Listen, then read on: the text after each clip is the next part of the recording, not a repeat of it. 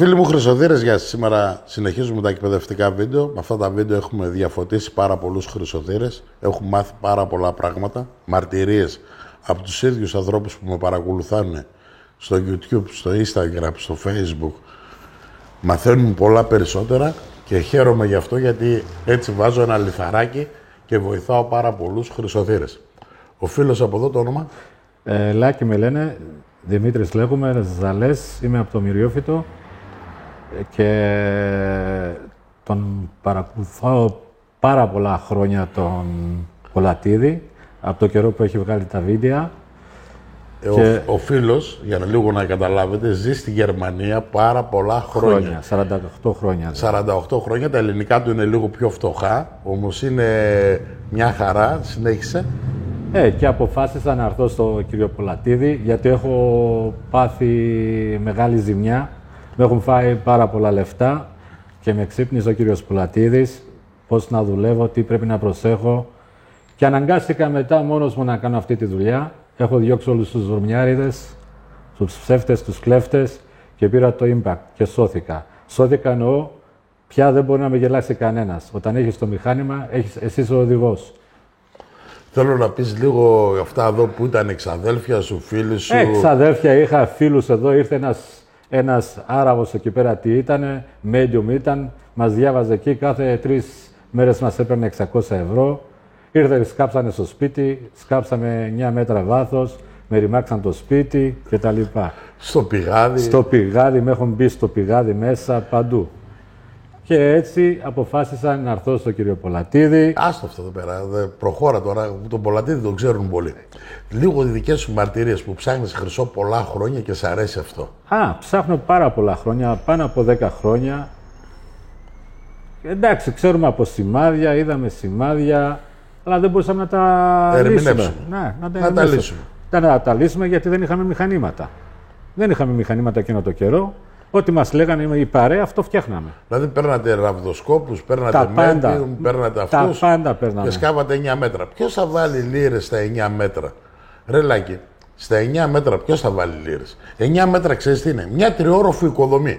Για να σκάψεις 9 μέτρα πρέπει να βγάλεις άλλα τόσα χώματα έξω. Δηλαδή 9 μέτρα και 9 μέτρα που είναι το χώμα, 18 μέτρα. 18 μέτρα πού θα πάνε? Στον πύργο του Άιφελ? Πού θα πάνε?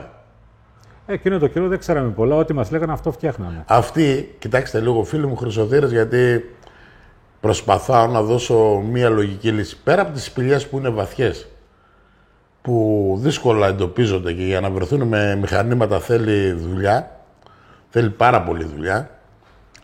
Τι θέλω να πω? Όλες οι λίρες το πολύ να είναι σε αυτό το ύψος, δηλαδή δεν θα είναι παραπάνω. Εγώ βλέπετε τώρα κάθε μέρα βγαίνω για θησαύρους, θα δείτε και βίντεο από έξω, γιατί χάνουμε και κανένα κιλό, γιατί είχαμε παχαίνει πάρα πολύ. Το πολύ να είναι σε ύψος σε ένα μπόι ανθρώπου. Το πολύ. Δηλαδή το πολύ σε ένα μπόι ανθρώπου. 1,80, 1,60, 1,50, οι πιο βαθιές οργανώσεις. Οι πιο πολλές λίρες, οι γλίγορες, οι βιαστικές είναι ένα γόνατο. Και οι άλλες λίρες είναι όσο είναι του άντρα τα κάκαλα που λένε οι πόντιοι. Ξέρεις ποντιακά? Λίγο. Δεν ξέρεις. Τα κάκαλα ξέρουμε τι είναι. Γιατί βλέπουν και μερικά μικρά παιδεία για να μην βλέπουν και μικρά παιδιά. Κατάλαβες τα βιντεάκια μου? Τι θέλω να πω? Όλοι εσάς θα σας πλησιάσουν. The Mac Medium. Κάποιοι λίτες.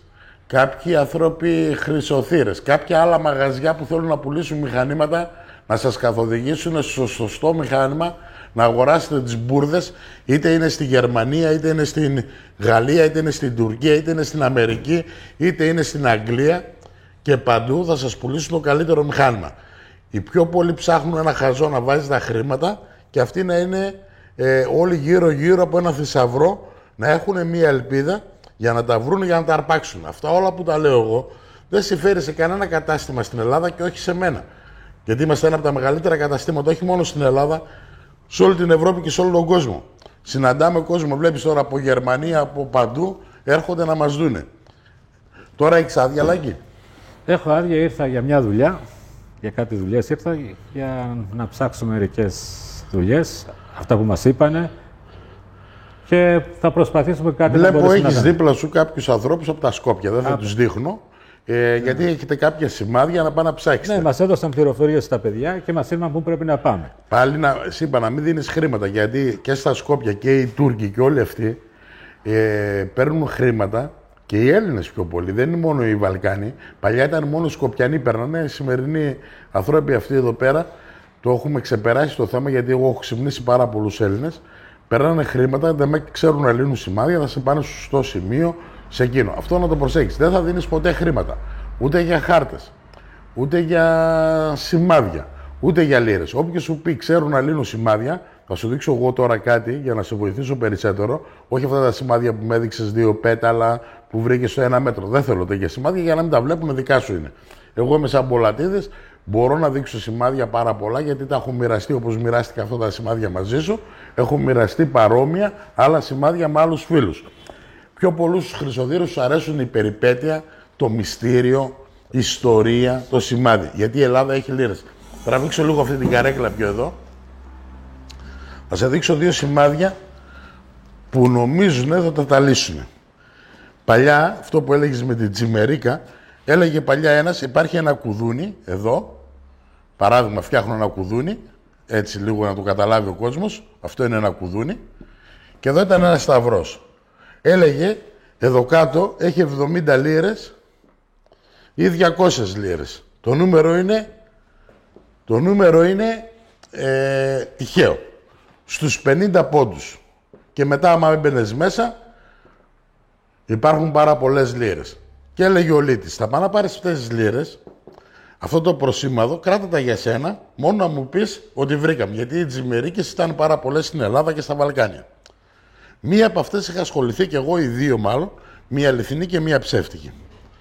Εδώ περνάει ένας γάιδαρος και δεν χωράει να γυρίσει πίσω και μπαίνεις μέσα.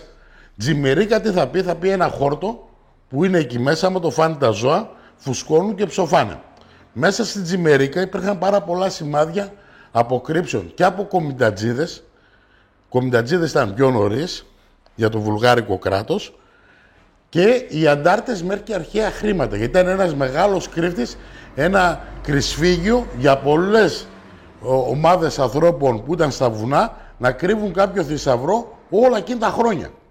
Αφού πηγαίναν να κρύψουν λίρες και βρίσκανε μέσα άλλες λίρες. Γι' αυτό ψάχνουν όλοι θεοί και δαίμονες στη σωστή Τζιμερίκα, γιατί υπάρχουν μέχρι και διαμάντια μέσα, υπάρχουν νερό, υπάρχει εκείνο, υπάρχει τ' άλλο, υπάρχει εκείνο, υπάρχουν τα 2 ζώα, υπάρχει μέσα εκείνο. Αυτή η ιστορία όταν ήρθε σε μένα, ήρθε πρωτού 30 χρόνια.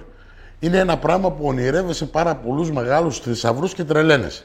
Έτσι τρελάθηκα κι εγώ και έψαχνα τους αμύθιτους θησαυρούς στην Ελλάδα που είναι πραγματικοί, είναι αληθινός αυτός ο θησαυρός. Ποιος όμως θα το βρει? Πολατίδη μου λένε τον έχεις βρει εσύ, γι' αυτό έχεις γίνει το. Όχι. Τέτοιο μεγάλο θησαυρό, όποιος το βρει, είναι ένας τεράστιος θησαυρός και είναι σαν μύθος, όμως είναι πραγματικότητα αυτός ο θησαυρός, ότι κάποια στιγμή, κάποτε, κάπου θα το βρουν. Μπορεί να το βρήκαν κιόλας και να κοιμόμαστε στον ύπνο του δικαίου. Αυτός είναι ένας μεγάλος θησαυρός. Τι θέλω να πω τώρα όμως? Πάμε στην ουσία. 50 πόντους και 70 πόντους, κάτω εδώ, το προσήμαδο, αυτό που δίνανε είναι σωστό. Οι λίτες. Υπάρχουν κάποιοι λίτες, τώρα δεν ξέρω αν είναι στη ζωή. Τότες που τα βγάλαν αυτά τα σχέδια, είχαν βγει από το Άγιο Όρος, είχαν βγει από κάποιους χάρτες που βρέθηκαν. Αυτά βγήκανε σιγά σιγά στην επιφάνεια και φτάσανε και στα αυτιά μας. Okay. Κατάλαβες τι θέλω να πω? Τέτοιες περιπτώσεις θα τις πιστέψεις, όμως δεν θα δίνεις ποτέ χρήματα. Δηλαδή, αυτός που θα βρει την Τζιμερίκα ή ξέρω εγώ μια αρκούδα με κομμένο πόδι, όλα αυτά εδώ μπορεί να είναι και οδηπορικά. Οδηπορικό ξέρεις τι είναι? Τα πήγανα σε ένα άλλο. Όχι, είναι ένα σημάδι οδηγεί σε άλλο. Και κάποια χρήματα μπορεί να ήταν εκεί κρυμμένα σε αυτά τα σημάδια τα πραγματικά και να έχουν μεταφερθεί μέσα στο χρόνο. Γιατί αυτά κάπου θα καταλήξουν. Οι λίρες, εγώ και εσύ ήμασταν αντάρτες. Και σαν καπεταναίοι πάνω είχαμε αλλάξει τα ονόματά μας. Και ήθελαν να αγοράσουν όπλα, να φτιάξουν αεροδρόμιο, να φτιάξουν κράτος, να κάνουν κυβέρνηση. Πολεμούσαν με ένα σκοπό. Και αυτά τα χρήματα δίναν τη ζωή τους για τον αγώνα, για οι αριστερές ομάδες. Στην αρχή μπορεί να ήταν πολλές. Μετά γίνανε 3 και σιγά σιγά συγχωνευτήκαν. Ήταν του Ζέρβα, οι δυνάμεις, ήταν οι δυνάμεις του Άρη του Βελιχιώτη, ήταν οι δυνάμεις της κυβέρνησης του Βουνού. Υπήρχε διοίκηση στο Καϊμάξαλαν, στο Γράμμο, στο Βίτσι, με την Τζένα, με τα λιβάδια. Εδώ πέρα μιλάμε για τον ορεινό όγκο τώρα εδώ σε εμάς, με το Γράμμο και με το Βίτσι, με τα 3-5 πηγάδια με το Βέρμιο. Και πάρα πολλά βουνά ακόμα από τα Γιάννενα, από εκεί, στο κομμάτι μεταφοράς χρημάτων. Συνήθως, προτού να περάσουν τα σύνορα, οι πιο πολλοί αντάρτες θα κρύβανε τα χρήματα στην Ελλάδα, στο ελληνικό χώρο, γιατί δεν ξέραν τι θα συναντήσουν εκεί. Αυτό θα το κάνω το βίντεο μια άλλη φορά, δεν σε αφορά εσένα, Λάκη μου. Τι θέλω να σε πω εσένα, και όχι μόνο εσένα και όλους τους Έλληνες. Όταν έχετε ένα μηχάνημα το EBAT, τι κάνει το EBAT, κάθε φορά που το δουλεύεις, τι γίνεται, Λάκη? Κάθε φορά που το δουλεύεις, βγάζεις ένα αντικείμενο. Φυσικά και το μαθαίνεις και βγάζεις και κάτι. Όχι. Βγάζεις ένα αντικείμενο. Έβγαλες ένα πέταλο. Έμαθες να βγάζεις το πέταλο. Το πέταλο, ναι. Βγάζεις μια σφαίρα. Βγάζεις μια κάσα ή ένα κουτί, όπως μου είπε ένας φίλος μου, έβγαλα ένα κουτί στους 80 πόντους. Το λέω, είχε λίρες. Μου λέει, όχι, ήταν ένα σάπιο κουτί. Μέσα από αυτά όλα τα κουτιά που βρίσκεται εκεί έξω, αφού δεν χτυπάμε πετρώματα, τι κάνει αυτό το μηχάνημα? Δεν χτυπάει καρφιά, σύρματα, σίδερα. Μπορεί ο χειριστής, μαθαίνοντας το μηχάνημα, να το δώσει εντολή να μην τα βρίσκει τα άχρηστα τα αντικείμενα. Μετά συνεχίζει. Τι μπορεί να κάνει? Να δει τα εδαφικά. Παλιά χτυπούσαν τα μηχανήματα πέτρες, πετρώματα, σίδερα. Πες το αυτό που θέλεις. Αυτό θα το πω. Να ξέρει ο κόσμος, δηλαδή δεν μπορεί να πάρουν το μηχάνημα σε μια μέρα να το μάθουν. Θέλει δουλειά. Μια μέρα εδώ, εγώ θέλω 30 μέρες. Γιατί μερικοί νομίζουν έρχονται στο Πολατίδι, το παίρνουν το μηχάνημα και λένε, ξέρω τώρα να το δουλέψω. Έχω μηχάνημα. Κατάλαβες? Δεν είναι έτσι τα πράγματα. Κοίταξε. Θέλει δουλειά το μηχάνημα. Όλοι θα κάνουμε λάθη. Κοίταξε, όσο ζούμε θα κάνουμε λάθη. Όσο ψάχνουμε, θα έχουμε και κυνήγι να πάμε. Δεν μπορούμε να χτυπάμε συνέχεια το κάθε βόλι να βρίσκει στόχο. Πρέπει να υπάρχει ο στόχος. Κατάλαβες? Και καμιά φορά υπάρχει ο στόχος και έχουμε την ατυχία να μην πυροβολήσουμε σωστά. Δηλαδή να μην περάσουμε πάνω από το αντικείμενο. Το μηχάνημα αυτό τι κάνει? Υπάρχουν οι λίρες μες στο έδαφος. Άμα περάσεις από πάνω, δεν υπάρχει περίπτωση να γλιτώσουν. Αν είναι όμως στα 9 μέτρα βάθος, δεν μπορεί να τα βρει αυτό το μηχάνημα. Ούτε στα 3 μέτρα. Το πολύ να φτάσει 2,5 μέτρα με το μεγάλο ποινίο. Και αυτό πρέπει να είναι μεγάλο αντικείμενο. Αν είναι ένα νόμισμα, στους 70 πόντους δεν θα το βρει το μηχάνημα. Ένα. Αν είναι πολλά νομίσματα, άμα είναι αυτό το κουτί, θα το βρούμε στους 80 και στο 1 μέτρο. Βλέπουν επιφάνεια, κατάλαβες? Απλώς εγώ έχω μάθει ότι κάθε αντικείμενο έχει το νούμερό του. Δεν ισχύει αυτό. Με τα νούμερα, όταν είναι. Εγώ βλέπεις, δεν σ' αρέσουν αυτά που λέω και τι να κάνω. Πρέπει να πω την αλήθεια. Γιατί έτσι Ακουλάκι, πρέπει να πω την αλήθεια. Ένα κέρμα με ένα νόμισμα, με ένα κυβότιο, θα αλλάξουν τα νούμερα. Μπορεί μέσα εκεί που βλέπεις το 60 να είναι το 70 ή το 40 να είναι γεμάτο λίρες στο κουτί. Δεν ισχύει αυτό. Ισχύει στο ένα κομμάτι. Δεν το ξέρεις βέβαια. Όχι. Εννοώ κάθε μέταλλο έχει το νούμερό του. Αυτό ήθελα να πω. Ναι, όμως όταν μεγαλώνει η επιφάνεια, αλλάζει και το νούμερο. Αλλάζει και το νούμερο. Βέβαια, Λάκη μου. Okay. Μην μπερδεύεσαι. Αλλάζει και το νούμερο, αλλάζουν όλα. Δεν είναι έτσι απλά. Απλώς πρέπει να μάθει το μικρό με το μεγάλο. Κάπου έχουν δίκιο οι φίλοι μου, γιατί εσείς που έρχεστε στο μαγαζί είστε τυχεροί, γιατί βλέπετε πάρα πολλά πράγματα εδώ σε αυτό το χώρο, το μαγαζί είναι απέναντι και δεν είναι ο εκθεσιακός χώρος. Αυτό το κάναμε το χώρο για τον κορονοϊό, που έρχονται όλοι οι πελάτες τώρα και είναι πιο άνετοι και βλέπουν από κοντά το μηχάνημα. Και έτσι το γνωρίζουν καλύτερα, γιατί η τεχνική μου και η ηλεκτρονική μου σας δείχνουν πολύ περισσότερα πράγματα από ό,τι σας δείχνω εγώ σαν Πολατίδης. Εγώ είμαι νευρικός, είμαι λίγο πιο. Δεν μπορώ να ασχολούμαι με τον κάθε τρελό που έρχεται εδώ πέρα να μου ζαλίζει τα αρχίδια. Κατάλαβες? Εγώ είμαι σκληρός άνθρωπος, όμως καλός άνθρωπος με αλήθεια. Προσπαθάω να βγάλω αλήθεια. Όλα αυτά όμως. Και εγώ είμαι ένας έμπορας και εμένα πρέπει να με φιλτράρουν όταν έρχεστε εσείς εδώ πέρα να αγοράσετε μηχάνημα, να ρωτήσετε. Γιατί ο πιο πολύς κόσμος προσπαθάει να σου πάρει τα λεφτά από τον παντελόνι. Εγώ παίρνω χρήματα και είμαι, δόξα τω Θεώ, ευτυχισμένος. Γιατί έχω και άλλες δουλειές και άλλες δραστηριότητες και αυτό είναι το χόμπι μου. Αυτή τη δουλειά την έκανα για χόμπι. Μπορούσα να κάνω και άλλες δουλειές, να βάλω 100 είδη ηλεκτρικά να πουλάω. Αφού έχω την άνεση. Δεν θέλω περισσότερη δουλειά, δόξα τω Θεώ, είμαι καλά. Το μόνο που θέλω να πω τον κόσμο, να εξετάζετε πάρα πολύ ποιο μηχάνημα θα πάρετε. Τι θα κάνετε, πώς θα ψάξετε και πού θα πάτε. Εσύ γιατί ήρθες από τη Γερμανία εδώ, για πες μου. Δεν είχε άλλα μαγαζιά να πας στην Ελλάδα? Όχι, γιατί είδα, είσαι ειλικρινής, είσαι σωστός, δίνεις καλές πληροφορίες. Ό,τι πρόβλημα έχεις, τον βοηθάς τον έναν, τον άλλον, κάθε άνθρωπο τον βοηθάς. Κοίταξε, το βοηθάω. Πώς το βοηθάω? Το βοηθάω για να μάθει. Δεν θέλω να με επενεύεις, καταλαβαίνεις, ρελάκι. Μα είναι αυτό που λέω, ρε κύριε Πρωταθλητή. Απλώς εγώ δεν ήξερα τίποτα. Τώρα αυτή τη στιγμή, επάνω στα βίντεο που έχω δει, μ' άνοιξε στα μάτια. Δεν μπορεί ο καθένας βλάκας να έρθει να με γελάσει. Τώρα που το γνώρισες από κοντά. Θηρίο μεγάλο. Άκου να δεις. Καμιά φορά αναγκάζομαι και λέω περισσότερα πράγματα, μήπως μπορέσω να βοηθήσω. Έχω κάνει πάρα πολύ σάτυρα, έχω κάνει βίντεο. Έχω μιλήσει για τους τοξικούς. Προχθές πήγα να παρεξηγηθούν με τις πυραμίδες. Εγώ δεν πάω ούτε στην μαύρη μαγεία, ούτε πάω στα πνεύματα, ούτε τίποτα. Οι πυραμίδες πάντα ήταν θετικές, όπως είναι η Ακρόπολη θετική, όπως είναι όλα αυτά τα πράγματα που έχει η Ελλάδα και δεν ξέρετε πάρα πολλά πράγματα. Εγώ δεν είπα ποτέ ότι δεν πιστεύω σε μεγάλες δυνάμεις που υπάρχουν στο σύμπαν. Εγώ πιστεύω και στους αρχαίους Έλληνες. Δεν με πείραξε ποτέ ούτε ο Δίας, ούτε ο Απόλλων, ούτε η Αθηνά. Δεν ήρθε ο Διόνυσος να μου πιει το κρασί. Δεν με έκανε κανένας κακό. Πιστεύω όμως και στον ένα Θεό και μοναδικό, στο Θεό που αγαπάμε όλοι και είμαστε βαφτισμένοι, είμαστε χριστιανοί ορθόδοξοι και σέβομαι όλες τις θρησκείες πάνω στον πλανήτη που λέγεται Γη. Άλλος μπορεί να είναι βουδιστής, ο άλλος να είναι μουσουλμάνος, ο άλλος να είναι, ξέρω εγώ, τι θέλει. Άνθρωπος να είσαι, μέσα σου.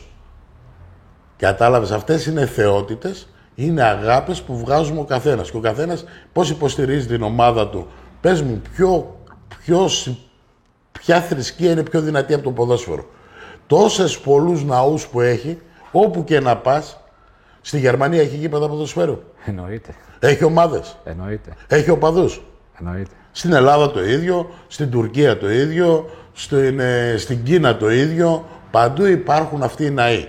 Δεν υπάρχει μεγαλύτερη θρησκεία αυτή τη στιγμή πάνω στον πλανήτη που λέγεται Γη, σε μένα, σε εισαγωγικά, μέσα στο μυαλό μου σφαιρικά, από το ποδόσφαιρο. Η μεγαλύτερη θρησκεία τώρα που υπάρχει πάνω στον πλανήτη είναι το ποδόσφαιρο. Απλώς δεν το έχουν καταλάβει και δεν το έχουν αντιληφθεί αυτές οι παλιές γενιές που είναι κάποιες γιαγιάδες, κάποιοι παππούδες που είχαν μεγαλώσει με την εκκλησία. Οι θρησκείες έχουν αλλάξει, απλώς στη θρησκεία υπάρχουν τελετές τώρα. Πώς γίνεται σε ένα γήπεδο μια τελετή και παίρνεις ένα πρωτάθλημα και σου δίνει το πρωτάθλημα, αγωνίζεις 90 λεπτά. Μα πας στην εκκλησία την ίδια λειτουργία δίνεις. Απλώς σήμερα παίζεις με τον Παναθηναϊκό, αύριο παίζεις με τον ΠΑΟ, μεθαύριο με την ΑΕΚ, με τον Ολυμπιακό. Είναι ομάδες του ποδοσφαίρου. Κατάλαβες. Τώρα λέει ένας, έπεσε η Λάρισα. Μα η Λάρισα είναι μεγάλη ομάδα, θα ξανανεύει. Πέρυσι είχαν πέσει στα Γιάννενα. Μα είναι μεγάλη ομάδα, ξανανέβηκε. Δεν θα μείνει μόνο η Αθήνα και η Θεσσαλονίκη. Όλοι αυτοί οι ναοί πρέπει να υπάρχουν χαρά. Δεν πηγαίνεις να σκοτώνεσαι γιατί αυτός είναι Παναθηναϊκός και αυτός είναι Ολυμπιακός. Καμιά σχέση. Ποδόσφαιρο είναι αυτό. Υπάρχουν οι ηλίθιοι που σκοτώνονται μεταξύ τους. Αυτοί εδώ πέρα που δεν είναι καλλιεργημένοι. Δηλαδή κλείνουν ραντεβού να πάνε να ανοίξει ο ένας στο κεφάλι του αλουνού. Βρε κολοτρυπίδες, καταλαβαίνεις. Αυτοί δεν είναι φίλαθλοι. Αυτοί είναι χούλιγκαν ανώμαλοι μαλάκες. Και κλαίει μετά η μάνα και ο μπαμπάς και δεν πεθαίνει μόνο ένας, πεθαίνουν άλλα δύο παιδιά στο σπίτι, τρία, όλη στεναχώρια μεταφέρετε. Αυτά τα λέω φίλοι μου και εσείς που δεν είστε χρυσοθύρες. Και όπου και μπορείτε να μεταφέρετε αυτά τα μηνύματα, να μην γίνετε πιόνια του κάθε προέδρου, του κάθε σωματείου, του κάθε οπαδού και κλαίει η μάνα σας και ο πατέρας σας. Είσαι παοξής, καλά κάνεις και είσαι παοξής. Είσαι Ολυμπιακός, καλά κάνεις. Είσαι αεξής, Παναθηναϊκός, Δεσσαϊκός, ό,τι και να είσαι οπαδός. Να αγαπάς το ποδόσφαιρο, ένας από τους δύο κερδίζει και το μάτσο όταν τελειώνει η χ, υπάρχει πιο πολύ ηρεμία. Κάτι άλλο? Πες μας τίποτα για τις λίρες. Μίλησα εγώ, φύγαμε από το θέμα. Πάντα έτσι κάνω, μπερδεύομαι και φεύγω από το θέμα. Όμως επειδή είμαστε άνθρωποι και εμείς της ζωής, είμαστε μάχημοι και αγαπάμε. Και εγώ ξέρεις, τους Έλληνες του εξωτερικού τους αγαπάω πολύ περισσότερο γιατί και εγώ ζω αρκετούς μήνες στο εξωτερικό, ψάχνοντας για θησαυρούς. Έχω βρεθεί σε πάρα πολλά σημεία στην Ελλάδα και σε πάρα πολλά σημεία στο εξωτερικό να ψάχνω θησαυρούς. Ναι, έχω ακούσει που έχεις πάει Γαλλία, όχι, Ισπανία έχεις πάει, Αλβανία έχεις πάει. Σε παρακολουθώ, έχεις γυρίσει όλη τη γη. Έχω πάει σε αρκετά σημεία, άλλα δείχνω, άλλα δεν δείχνω. Όποτε έχουμε χρόνο, γιατί έχουμε και άλλες δουλειές. Η μαγεία του θησαυρού Είναι όπως θέλω να πω κάτι, μια φορά θα το πω, δεν θα το πω, γιατί είναι κάποια πράγματα που δεν μπορώ να τα μοιραστώ με όλους, γιατί και εγώ έχω το ίδιο πάθος. Ναι. Γιατί έξω θα βρεις πρώτα πολύ στρατιωτικό υλικό. Για να βρεις θησαυρό δεν είναι εύκολο πράγμα. Είναι πολύ δύσκολο. 1 στους 100. Πρέπει να κάνουμε τη δουλειά μας, το ελεύθερο χρόνο να ψάχνουμε για θησαυρούς, να το δούμε σαν χόμπι, να σεβόμαστε την οικογένειά μας, να αγαπάμε τους ανθρώπους γύρω μας και να ξέρουμε τι θέλουμε. Δηλαδή, άμα νομίζεις ότι βρήκες ένα σημάδι και παράτησες τη δουλειά σου και εκεί θα γίνεις άνθρωπος, είσαι γελασμένος. Αν όμως τον ελεύθερο χρόνο κυνηγάς ένα θησαυρό, θα δεις ότι η ζωή σου γίνεται πιο όμορφο πράγμα. Δεν κυνηγάς ένα πουλί που κάνει, ξέρω εγώ, μία κότα ή μια πέρδικα ή ένας λαγός που κάνει 50 ευρώ, 20 ευρώ. Αυτό, άμα το βρεις στο κουτί, κάνει 5 εκατομμύρια, 10 εκατομμύρια. Είναι το μεγαλύτερο κυνήγι και έχει τα πιο πολλά ψέματα και από τους κυνηγούς και από τους ψαράδες και από όλους ο θησαύρος. Γιατί ότι υπάρχουν λίρες, υπάρχουν 1000%. Όμως κανένας δεν ξέρει που είναι, γιατί θα πηγαίνουν να τις παίρνανε. Χάθηκε στα βάθη αυτό, κατάλαβες, στον χρόνο. Σε ένα σημείο που πήγανε τώρα, εγώ πάω, εκεί που ήμουν πρωτού 10 χρόνια, άμα πάω την Άνοιξη, έχει αλλάξει ο τόπος. Δεν μπορώ να το ξαναβρω το ίδιο σημείο. Σε έχει συμβεί αυτό? Έχει συμβεί, να έχω. Γιατί ο πεθερός μου είχε πει κάποτε, λέει, έχει βρει κάτι σφαίρες και πήγαμε σε αυτό το σημείο. Δεν μπορούσαμε να πάμε. Έχει αλλάξει. Δεν το έβρισκε. Δεν μπορούσε να το βρει. Δεν τις έντελες τις σφαίρες? Γιατί κάτω από τις σφαίρες, όπως συνήθως, 50-60% μπορεί να έχει λεφτά κάτω. Όχι, όχι, να σου πω κάτι. Εδώ συνήθως παλιά λέγανε κάτω από ένα νεκρό υπάρχουν λίρες. Έχω κάνει ένα τέτοιο βίντεο αυτές τις μέρες, θα το ανεβάσω, μην το χάσετε, να είστε σε ετοιμότητα. Είτε κάτω από τις σφαίρες μπορεί να υπάρχουν λίρες, πραγματικά θα υπάρχουν. Όταν έχεις όμως ένα μηχάνημα και το βάλεις μες στο κουτί, μέσα στην τρύπα, θα δεις, άμα συνεχίσει να χτυπάει, θα σκάψει. Εννοείται. Ενώ παλιά, και αυτοί εδώ πέρα, μπορεί να βλέπανε πολλοί χρυσοθύρες, κάνουν μια τρύπα και κάνουν ένα σχήμα από ντενεκέ. Και τα βγάλανε, σου λέει. Λέω εγώ από μέσα μου, μπορεί να τα βγάλανε, μπορεί όχι. Γιατί το μυαλό του ανθρώπου είναι σατανικό. Η σκέψη είναι αόρατη, δεν μπορεί να την πιάσει. Ναι, και τώρα που ήθελα να καταλήξω τελικά πώς δουλεύω για τις λίρες. Γιατί ρώτησες πώς δουλεύω.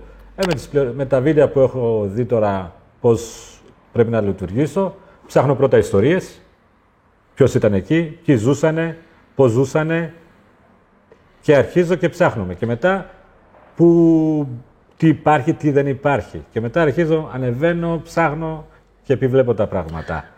Κατάλαβες, δεν πάω στα κουτούρου τώρα να πάω κάπου. Τώρα, στα βίντεο βλέπεις εμένα για αυτά εδώ πέρα. Εγώ όμως τι θέλω να πω, εγώ θέλω να πω κάτι άλλο, θέλω να μιλάω ειλικρινά. Εγώ ξέρω αυτά που με λες είναι όλα από την καρδιά σου και από την ψυχή σου που θέλεις να κάνεις. Εγώ είμαι πιο πάνω ένα επίπεδο, 2-3, τι θέλω να πω. Θέλει τύχη. Το κυριότερο. Θέλει να έχει κρύψει κάποιος. Το βασικό κομμάτι είναι αν έχουν κρυφτεί λίρες, θα βρεις λίρες. Αν κρυφτήκαν σφαίρες, θα βρεις σφαίρες. Αν κρυφτήκαν όπλα, θα βρεις όπλα. Όμως τι θέλει αυτό? Θέλει 3 πράγματα. Τα έχω πει 1000 φορές. Όμως δεν μπορώ να φύγω από το θέμα. Θέλει πρώτα κάποιος να κρύψε. Δεύτερον, ένα καλό μηχάνημα.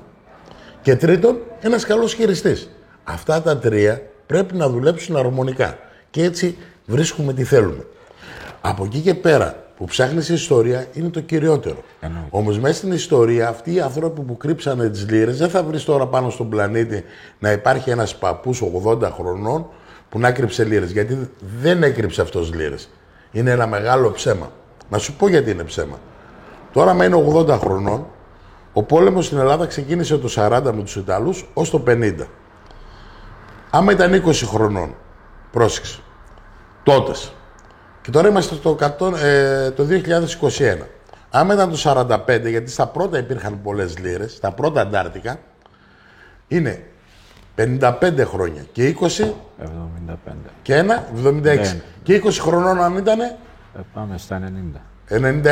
96-97 χρονών. Αν ήταν 20 χρονών. Αλλά συνήθως... Άμα ήταν 30, δεν ζει. Γιατί θα ήταν 106. Στα 106 ξέρεις πολλούς ανθρώπους στο μυαλό τους να είναι 100% και να θυμούνται τα βουνά. Εγώ πάω στο βουνό που είμαι ο Πολατίδης και άμα πάω μετά από 20 χρόνια μπερδεύονται. Καλά είναι να μάθεις την ιστορία που χάθηκε ο θησαύρος. Και όταν πας εκεί, εγώ επειδή πήγα σε ένα χωράφι που είχε δέντρα. Εδώ στη δικιά μας την περιοχή φυτεύουν μήλα, κεράσια, ροδάκινα. Εγώ ασχολούμαι και με το εμπόριο, τα ξέρω καλύτερα. Να βρούμε 2 όπλα, όχι λίρες, τα ήθελα να τα βάλει αναμνηστικά στο τζάκι. Μου λέει εδώ τα βάλω, ο παππούς, ο Μπαρμπαγιώργος. Όχι τώρα, έχει 20 χρόνια πριν. Και με πήγαινε λάθος. Γιατί κόπηκε αυτό το δέντρο, το χωράφι που καλλιεργάει ο πατέρας του και αυτός δεν ήξερε ακριβώς γιατί άλλαξε. Λίγο η σειρά εδώ. Γιατί τα κεράσια τα βάζανε τότε στα ελεύθερα ανά 9 μέτρα, τα μήλα τα βάζανε ανά 7 μέτρα και τα ροδάκινα ανά 5. Χάθηκε αυτός μες στο χωράφι. Γιατί βάζανε για λάστιχα, για μπεκάκια και οι σειρές μετακινηθήκαν όλες. Και στα χαμένα ήταν. Μάλιστα. Κατάλαβες, Λάκη? Κατάλαβα. Κάτι άλλο θέλεις να πεις? Γιατί μας βλέπει πολύ κόσμος. Μας βλέπει, ναι. Τι θέλω να πω. Τώρα που έχω πάρει το μηχάνημα, που έχω το Impact, με ευκολύνει σε πολλά πράγματα, στα αντικείμενα που βρίσκω. Δεν πρόκειται. Ήρθες για εκπαίδευση. Το έχεις πολύ καιρό, το έχεις πάρει εδώ και κατέβηκες τώρα από τη Γερμανία και ήρθες για εκπαίδευση. Ναι, είχα λίγο. Όχι πρόβλημα. Δεν ήξερα καλά να το δουλεύω, ρε παιδί μου. Και με έδειξε τώρα ένας. Ο Νίκος, τι θέλεις, τουαλέτα? Από εδώ πανευθεία. Με έδειξε ο κύριος Νίκος. Μη φοβάσαι, παίρνω από την κάμερα, δεν πειράζει. Ο κύριος Νίκος με έδειξε μερικά πράγματα πώς πρέπει να το χειριστώ το μηχάνημα και έχω μάθει 2-3 πράγματα καλύτερα πώς πρέπει να το χειριστώ. Μια χαρά ξέρεις να το χειρίζεσαι το μηχάνημα. Και όλα, απλώς είχες μερικά μικρά λάθη, τα οποία εμείς σε βελτιώσαμε και έγινες καλύτερος. Τώρα, τι θέλω να σας πω. Φίλοι μου Χρυσοδύρες, οι Έλληνες του εξωτερικού είναι αρκετοί από αυτούς που έχουν γίνει πελάτες μου. Ομοσπονδής και εγώ έχω ζήσει στο εξωτερικό. Τους αγαπάω 2 φορές, ξέρετε, γιατί είπε αυτό το τραγούδι ο μεγάλος ο Στέλιος ο Κατσατζίδης. Στα ξένα είμαι Έλληνας και στην Ελλάδα ξένος. Τι θέλω να πω με αυτό? Πάρα πολλοί Έλληνες του εξωτερικού αισθάνονται 10 φορές πιο Έλληνες. Ψάχνουν να ακούσουν ένα ελληνικό τραγούδι. Αν υπάρχει μία βραδιά ελληνική θα πάνε να τιμήσουν όσοι Έλληνες είναι εκεί. Ακούνε κάτι για Ελλάδα και είναι περήφανοι. Αγαπάνε τη χώρα τους, αναγκάζονται και δουλεύουν εκεί. Μην νομίζετε ότι δεν είναι Έλληνες αυτοί. Και όταν έρχονται εδώ πέρα λέμε εμείς 1002 πράγματα. Αυτοί είναι πιο πολλοί Έλληνες, απλώς αναγκαστήκαν να μοιραστούν τη ζωή τους μακριά από τους γονείς τους. Άλλοι αφήσανε γονείς εδώ πέρα, οι οποίοι είναι στα νεκροταφεία και δεν μπορούν να τους ανάψουν ένα κερί. Έτσι είναι και η αδελφή μου, τώρα που ζει στη Γερμανία. Συνέχεια να παίρνει τηλέφωνο, να μιλάει με εμένα και εγώ τη λέω κλείσε, έχω δουλειά. Αυτή η καημένη παίρνει τη μάνα της, παίρνει τον αδελφό μου τον έναν, αγαπάει. Όταν θα έρθει στο χωριό θα πάει στα μνήματα. Εμείς είμαστε οι γονείς μας εδώ και δεν πάμε να τους ανάψουμε ένα κερί. Και γι' αυτό για όλους τους Έλληνες να πηγαίνετε μια φορά στους γονείς στα μνήματα, να ανάβετε ένα κερί. Από αυτούς ήρθατε, δεν σας κάνανε κακό, προσπαθήσαν να σας βοηθήσουν. Αν δεν σας αφήσαν μεγάλη περιουσία, δεν πειράζει. Τόσο αγωνιστήκανε, σας σπουδάσανε, σας αγαπάνε πραγματικά, λείπουν από εσάς. Πάτε μια φορά το μήνα σε ένα νεκροταφείο, ανάψου σε ένα κερί αυτούς τους ανθρώπους. Για μας που είμαστε πιο μεγάλη ηλικία, όταν ήμουν 20 χρόνων δεν μπορούσα να το σκεφτώ αυτό. Όμως τώρα που έγινα, αυτοί που από τα 40 και ύστερα το σκέφτομαι ως τα 50-60, εμείς που ζούμε, να πηγαίνουμε σε αυτούς τους ανθρώπους. Δεν χρειάζεται να κουραζόμαστε πολύ. Ένα κεράκι που κάνει 20 λεπτά, να πάμε να το ανάψουμε, να κάτσουμε και 5 λεπτά, να αισθανθούμε ότι βρεθήκαμε στους ανθρώπους που αγαπούσαμε και τους αφήσαμε πίσω. Αυτό είναι το ελληνικό κομμάτι, γιατί ο Έλληνας έχει και φιλότιμο, έχει και αγάπη, έχει και όνειρα. Μερικές φορές μας έρχονται στα όνειρα. Όταν έρχεται ο πατέρας μου στο όνειρο, γιατί τον έχασα τον πατέρα μου εδώ και κάποια χρόνια, πάντα μου φέρνει δύναμη, ευλογία και εμείς οι πόντιοι λέμε κάτι μέσα μας. Όταν θα δεις τον πατέρα σου στον ύπνο σου, να ξέρεις θα έχεις πιο πολύ δύναμη και θα είσαι πιο πολύ παλικάρι. Και μεγαλύτερη χαρά θα έχεις στη ζωή, γιατί ξέρεις ότι έρχεται να σε προστατεύσει, γιατί μια ζωή προσπαθούσε να σε προστατεύσει από μικρό παιδί από όλους αυτούς. Και αυτά μην τα πιστεύετε εσείς. Αυτό είναι δικό μου πράγμα, είναι δικές μου ερμηνείες. Είναι αυτό που αγαπάω και αυτό που θέλω να γίνεται στη ζωή μου. Κάτι άλλο? Άλλο. Αυτά. Φίλοι μου Χρυσοδύρες, εδώ ο φίλος μου Ο Λάκης. Τώρα δεν το ξεχνάω το όνομα σου, Λάκη μου. Και όλοι εσείς στην Ελλάδα, Χρυσοδύρες, του εξωτερικού και παντού, να είστε ευλογημένοι πρώτα από το Θεό, να αγαπάτε και τους άλλους θεούς που έχουμε, δεν μας πειράξανε. Όταν μιλάμε για τον Αλέξανδρο, όταν μιλάμε για τον Φίλιππο, όταν μιλάμε για τον Αριστοτέλη, για τον Ιπποκράτη, που δεν είναι θεοί, ήταν Έλληνες φιλόσοφοι, έξυπνοι, που αφήσαν ιστορία, να τους έχετε μες στην καρδιά σας. Δεν ενοχλούμε κανέναν. Είμαστε μια φυλή η οποία αποστάχτη ξαναγεννήθηκε η Ελλάδα. να μοιάσουμε έστω και ένα της χειλής τους αρχαίους Έλληνες, από μένα και από την όμορφη Έδεσα, για όλους τους χρυσοδύρες και για όλο τον κόσμο που είναι στο κανάλι μου, υγεία, χαρά και πολύ τύχη. Γεια σας. Γεια σας. Και εγώ ευχαριστώ πάρα πολύ για το κύριο Πολατίδη. Μου έδωσε πληροφορίες, με έδειξε και το μηχάνημα πώς λειτουργεί. Τον εύχομαι πάντα να έχει υγεία, αγάπη. Πες, ό,τι θέλεις. Ό,τι θέλω. Να είναι πάντα γερός, δυνατός και υγεία για την οικογένειά του. Να δυνατήσω ρε πες λίγο, γιατί πάχαινα. Με έγραψε ένας φίλος και χαίρομαι πολύ που μου είπε «Πολατίδη, πρόσεξε την υγεία σου, πάχαινες». Έχεις δίκιο φίλε, όπως έκοψα το τσιγάρο. Εμείς είμαστε δυνατοί άνθρωποι. Θα προσέξουμε λίγο τη διατροφή μας γιατί ξεφύγαμε. Είναι παρηγοριά και αυτό είναι αρρώστια. Γεια σας. Γεια σας.